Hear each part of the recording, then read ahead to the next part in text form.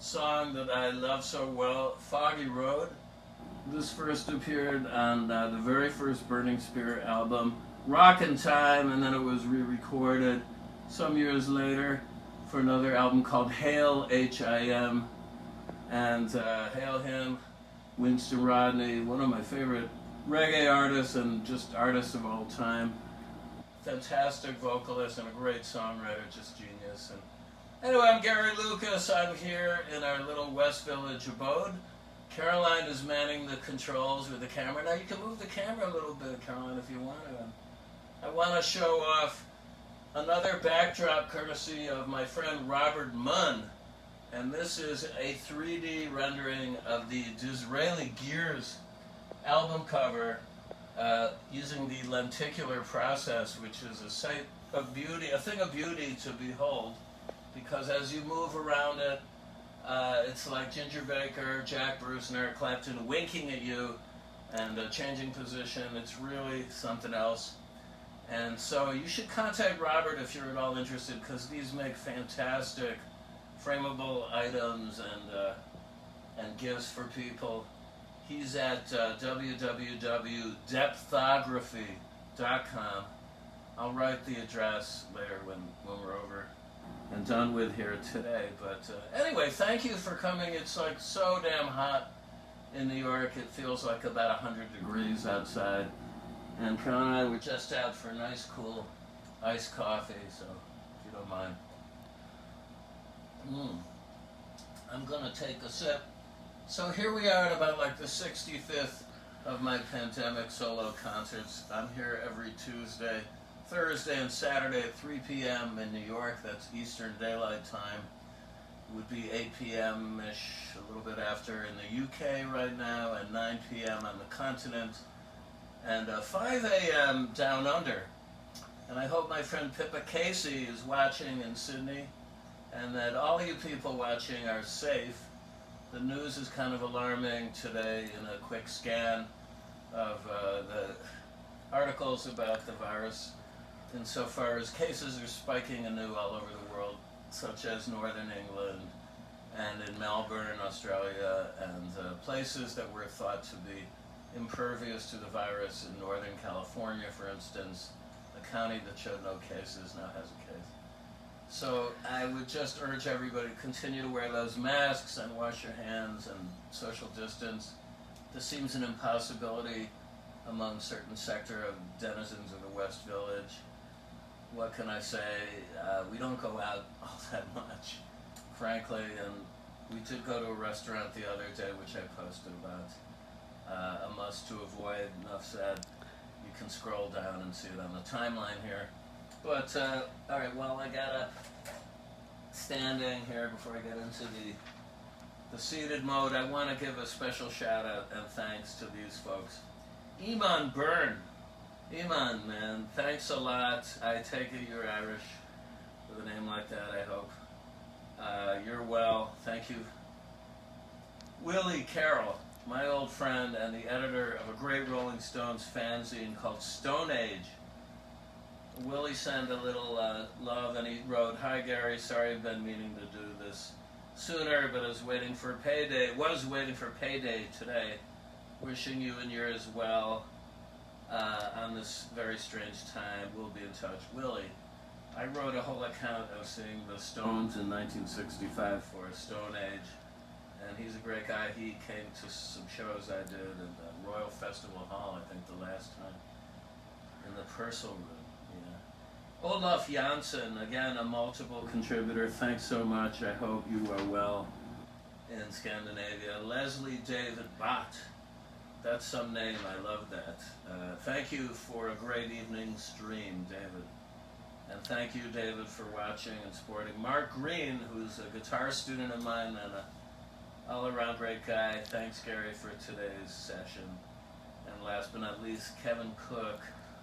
I so appreciate it. Caroline appreciates it. It's fun to play anyway, and I would do it regardless, but let us say, especially now that there's some issue with continuing of the pandemic, emergency funding that kicked into effect in April,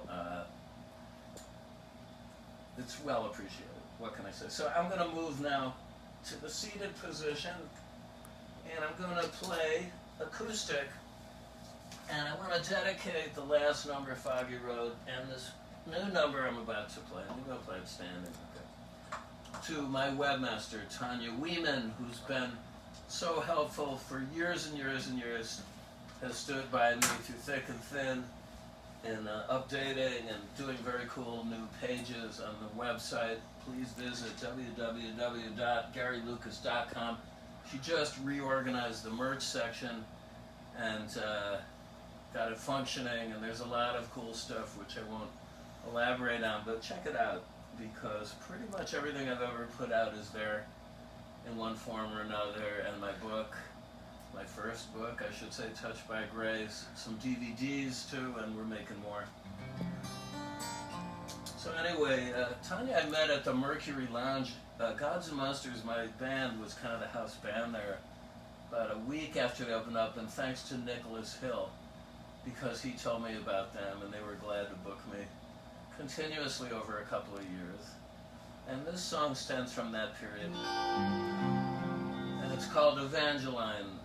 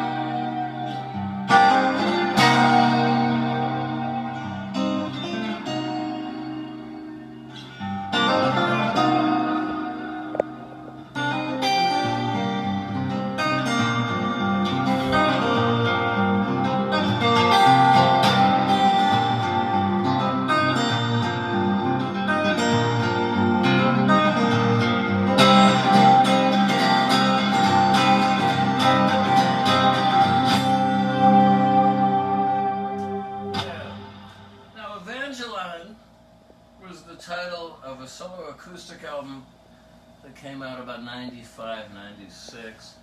First for a German label called Zensor, which no longer exists, as do so many of the labels that issued my work. They got the ball rolling, got some great reviews thanks to my friend Wolf Kampman. I don't know if he's watching, but he was always a really astute critic. And then Robert Singerman, who was kind of consulting me at the time. Hi, Robert. Robert got this to a new label that had just formed called Paradigm Records, which was kind of a well-financed indie label out of New York that had a lot of people who'd worked for formerly the majors staffing it, including some big shots from RCA. But after about a year, they bit the dust. And anyway, the record came out and was the pop pick of the week in Billboard. Yes, Evangeline. And if you go to my website, you can read in all of the discography sections some of the reviews. But it was greeted with open arms by a lot of people who had me pegged as a weirdo guitar player exclusively. I mean, I know I am some of that, but I'm a whole lot more also. And anyway, it's one of my favorite albums. It was recorded on a shoestring, I can assure you, at odd moments, and including sitting right here. I used to have a DAT player, a pro DAT player, and I would record myself from time to time, but that the dust is, Sick Transit, Gloria Mundi. Anyway, check out Evangeline. I think there are a few copies. It may also be online on the dreaded Spotify. But one of my favorites, and I have a lot of stories about the making of that, which I'll save for another occasion. But while I'm in this...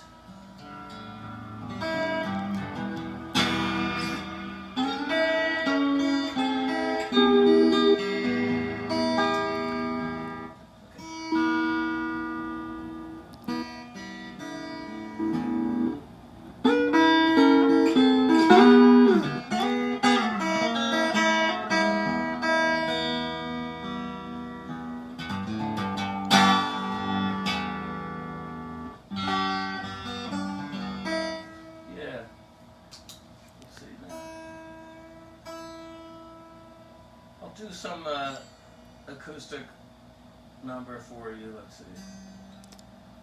I'm in a regular old standard issue tuning here, which is kind of unusual for me. And I have some new strings on this baby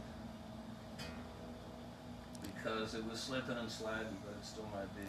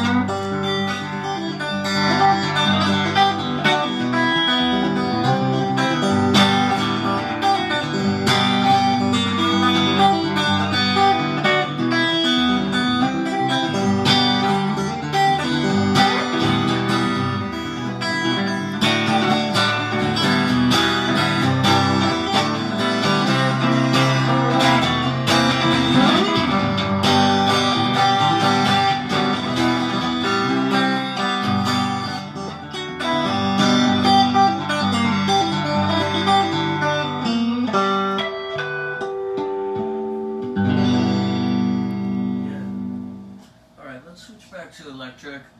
I set up my more or less full rig as presently constituted in the year 2020, and like I said last time, I used to go out with 24 foot pedals, which was nothing compared to a guy like my friend Doug Wimbish, great bassist from Living Colour and Tackhead, Mick Jagger's band. Doug is amazing, and he has multi-planar setup with 2 levels of effects. I kid you not. I saw him once in the studio. I couldn't believe it, but anyway. I've tried to simplify things over the years, and in doing so now, I'm going to rely on just one mere little looper. Carolyn, you might want to sit down for this, because I think I will.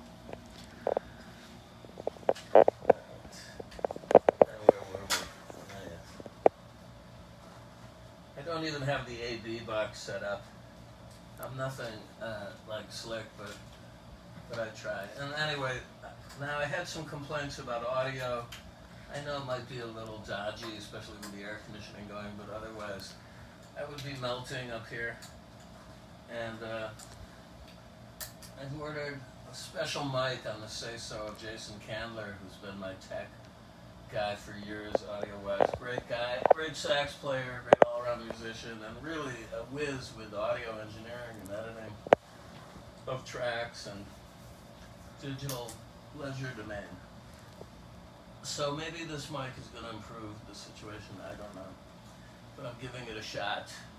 So stay tuned. Let's see. Now let's get this thing on. Yeah.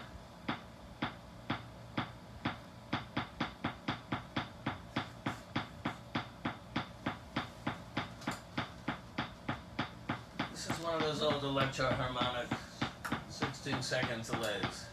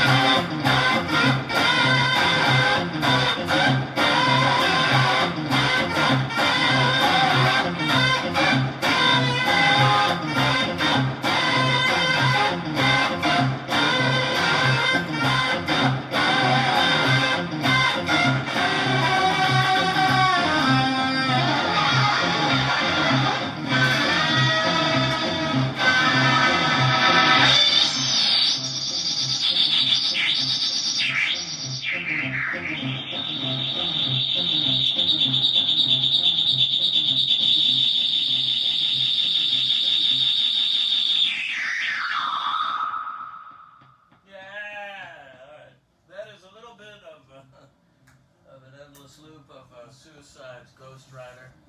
I don't know. I'm holding my ears too. Look at Lulu over there. My God, she looks hypnotized by this. And I think I will close with another tribute to Peter Green, which I did the other day, but it's so nice. I'm going to play it again. I've written an appreciation about Peter that's going to run this Monday on the Please Kill Me website.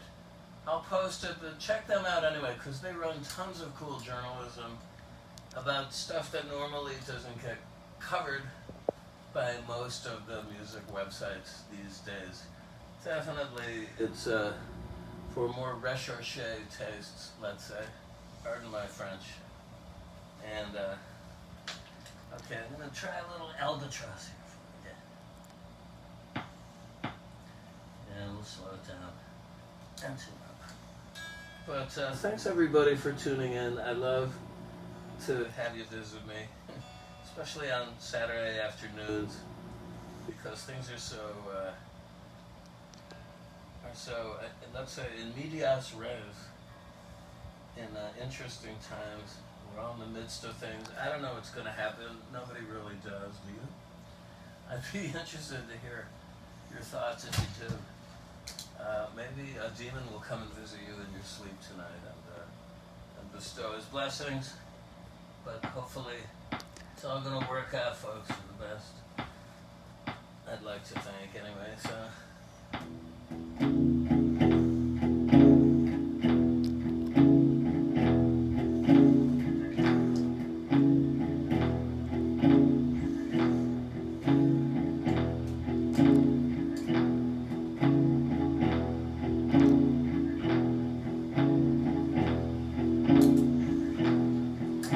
I'll stand up for this one. Big tribute, big up in respect for the late, great Peter Green.